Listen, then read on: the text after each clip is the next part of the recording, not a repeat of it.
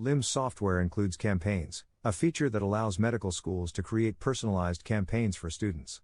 They can send notifications based on specific triggers like survey responses or academic performance. These notifications give students relevant information and suggest next steps, like referring them to specific materials or connecting with people who can help. This makes it an extremely helpful feature for things like health and wellness tracking. As a faculty member on LIMS, you have access to some great tools under the Campaigns section. Let me tell you about them.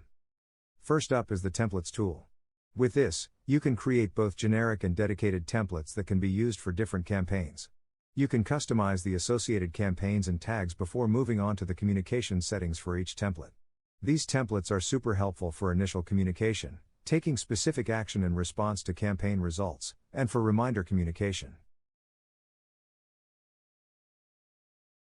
Next is the All Campaigns tool.